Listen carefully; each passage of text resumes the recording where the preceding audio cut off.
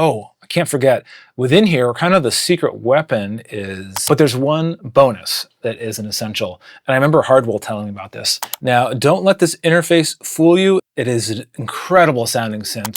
Look at this. Look at this beast. Just so much going on here. Whoop. Coffee, coconut oil, Robo pour over, freshly ground beans, maple syrup. That's how you make a Morgan Page coffee. Drown away that flavor. All right, right now we're going to dive into my absolute favorite plugins, my top 3 favorite synths, and my top 3 favorite treatments, and may have a little bonus plugin thrown in there. So stick around, we're going to go through each and every one and why I love them so much. Okay, first up, Dune. Now, don't let this interface fool you. It looks very retro, like old Nexus style, but it is an incredible sounding synth, and I use it for bass, I use it for leads, for chords, I use it for chord plucks on this song.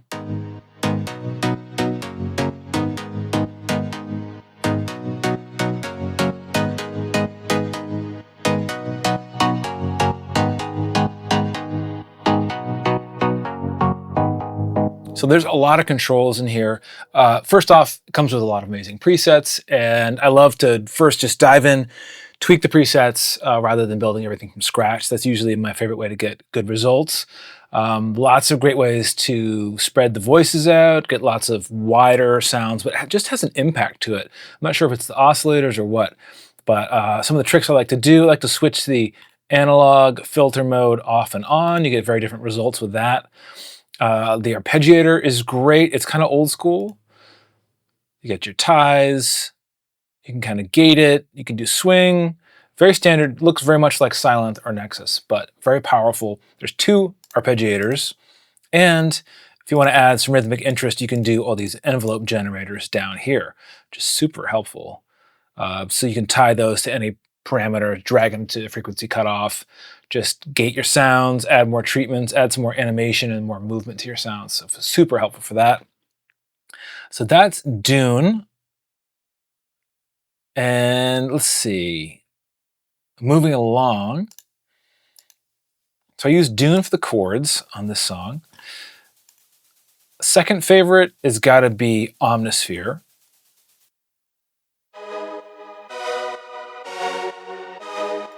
Great for pads, big lush cinematic sounds.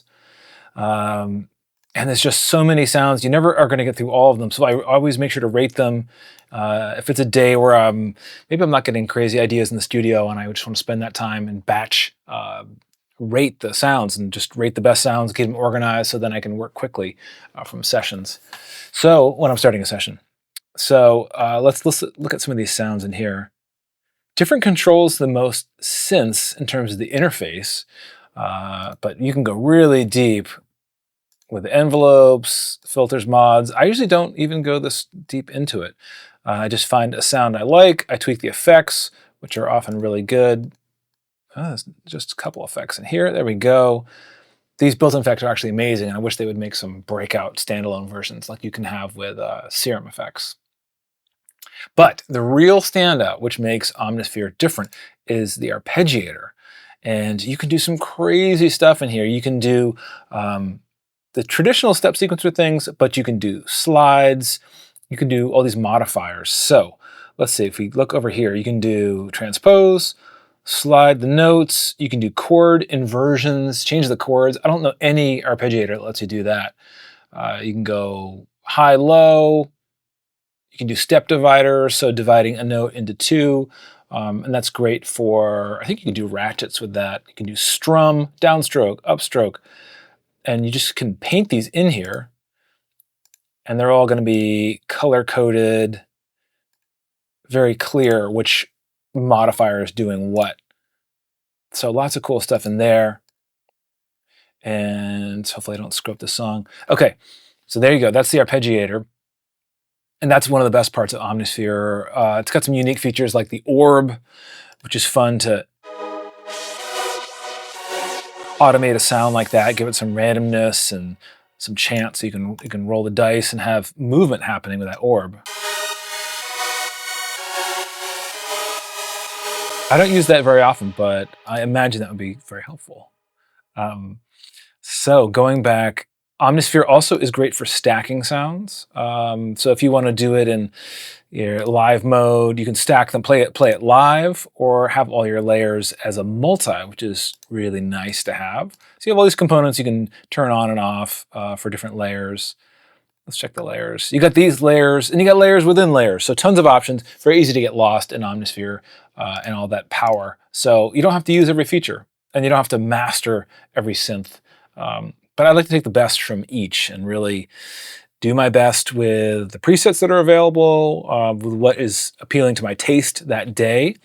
And the versatility of the sound in here is amazing. So on this song, I used Omnisphere for these detuned chords and also for 808 sounds. So it's actually not just good for cinematic sustained sounds, which is its bread and butter, a lot of movie score stuff, but also there's some really good sounds in the expansion packs. What do I have? I have them all here. Sonic Extensions, Nylon Sky, Seismic Shock, Twisted Trees, Unclean Machine. Unclean Machine is excellent.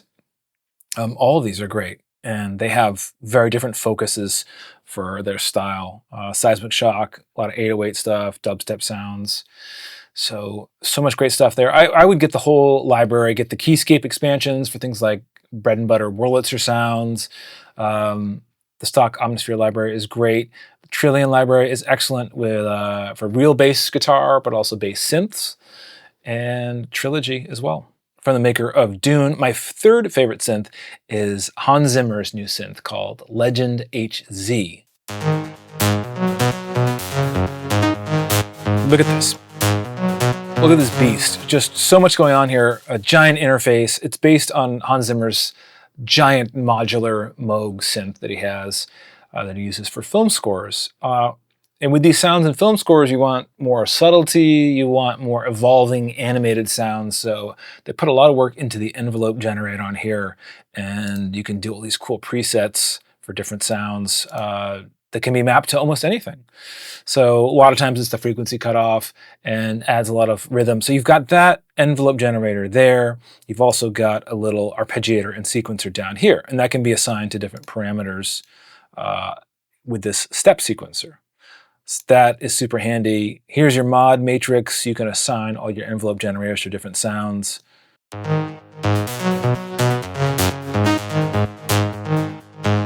So if that wasn't overwhelming and amazing enough, flip that baby over, and then you've got the whole back of Legend HC.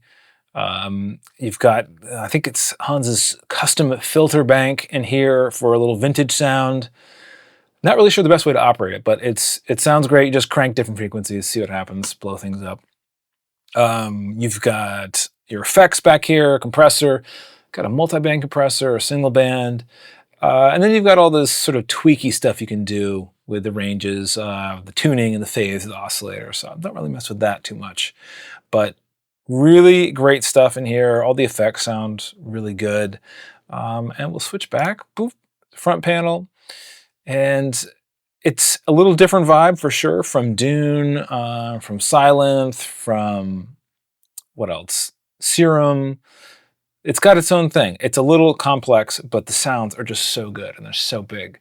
So Legend HC, one of my favorites for sure. Top 3. And it really sounds like an analog synth. It sounds as good or better than my Moog Voyager sitting over here collecting dust, which I love. I'll never sell it. But incredible synth. It's all about workflow to me. Got to have good workflow.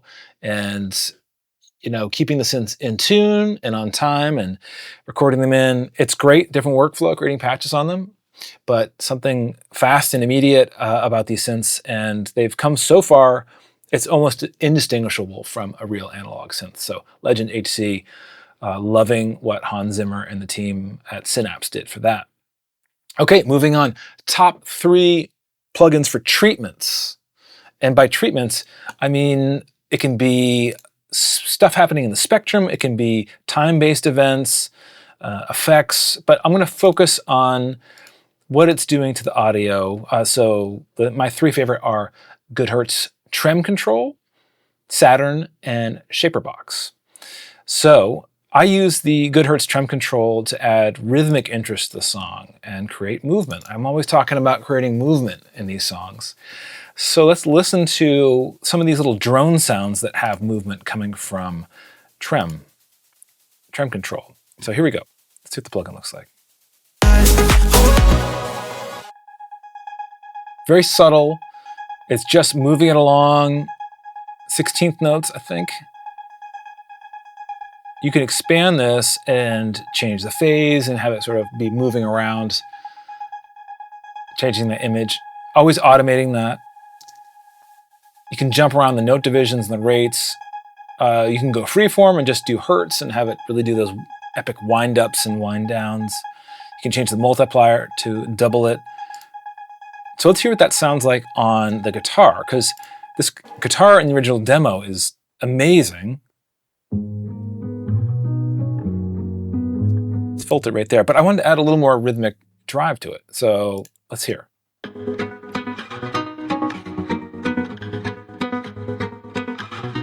That's with, here's without.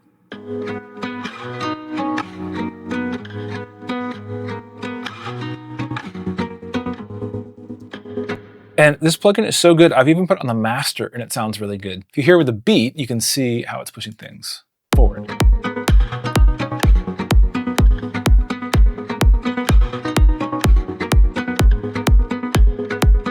Without it,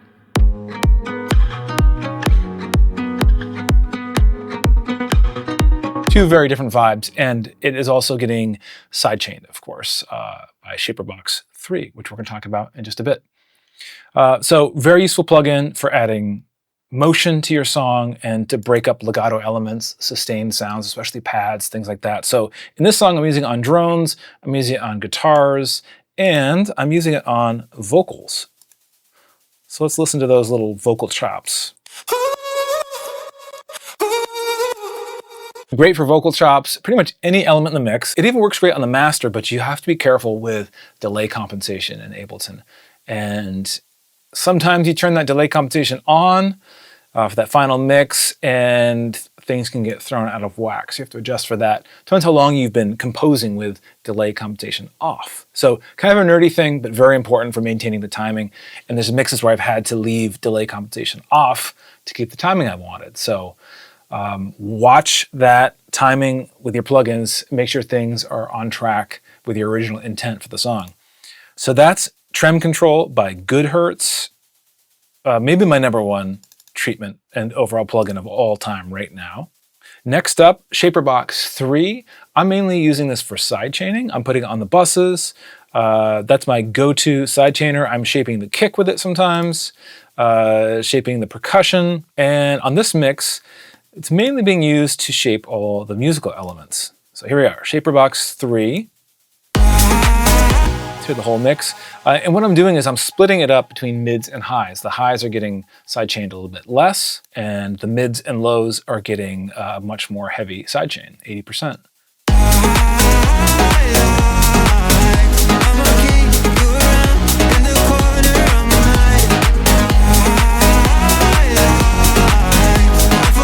The best way to use this, and I don't always do it this way, but the best way to do it is to make this an inverse of your kick. So shape your kick and then flip that shape and use that as the sidechain applied to your other elements that are responding to the kick, like the bass especially, and maybe the lead as well. If your kick is short, you want to have like a longer bass or a longer lead. And if your kick is long, have a shorter bass and a shorter lead. So in general, I think you want to have those sounds pretty close even without the sidechain on. You want it to feel good.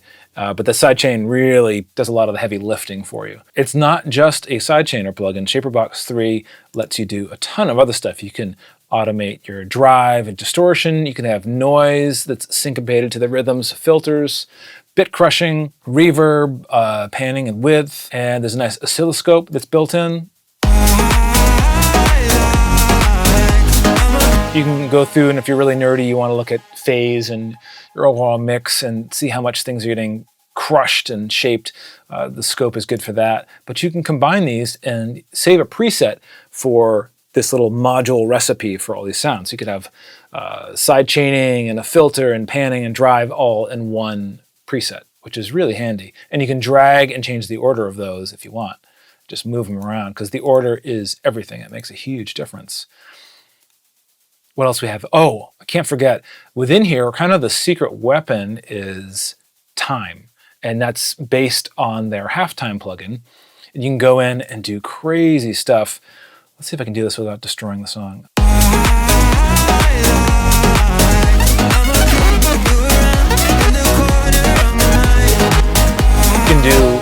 You can do stutter effects in there.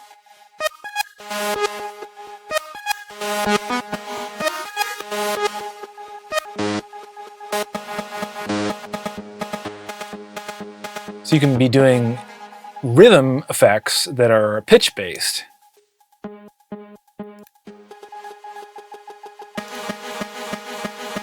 So you can do that, but also have sort of vinyl effects. And I wish you could have two instances of the plugin in ShaperBox. So I have like one sound doing the vinyl effect and one doing the stutter. But right now, nope, it's grayed out. You can't do it. So that's on my wish list for Cable Guys. Cable Guys also make the Nicky Romero sidechain plugin, which is great. Kickstart. That's a simplified version. I probably should be using that for my sidechaining instead of this, but it's nice to have these options here. So ShaperBox 3, essential plugin, you have to have this in your arsenal.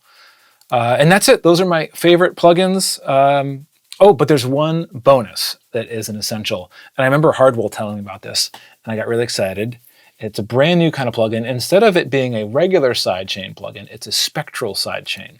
So what I do, and a lot of mixing and mastering engineers do, is they take two sounds that they feel are conflicting and have too many common frequencies between them. So on this song, I have the guitar takes up a lot of bandwidth.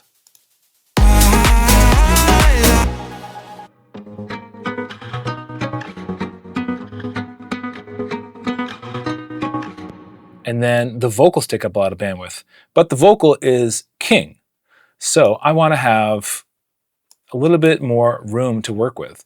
So, all right, so the vocal is the most important player in this song. The guitar is really important, but I want the guitar to be second fiddle to the vocal. I want it to be a lower priority. It's more of a foil to the vocal and pushing the mood of the song along. So what I've done is take Trackspacer and I've put that on the guitar. So the guitar is going to dip spectrally in response to the vocal. I've got this sidechain down here. It's coming from the vocal bus. So the guitar is it's only at 8%. So if I solo the guitar and the vocal, let's see what it does.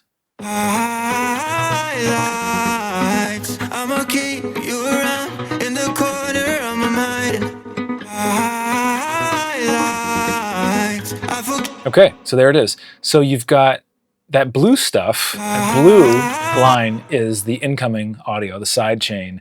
So that's the vocal. And you can see how the white line is dipping down, and that is how the guitar is responding. So the guitar is pulling down just those specific frequencies that the vocal is occupying. So it's not a pumping sidechain plugin. This is a more nuanced sound to create, a more nuanced effect to create more clarity.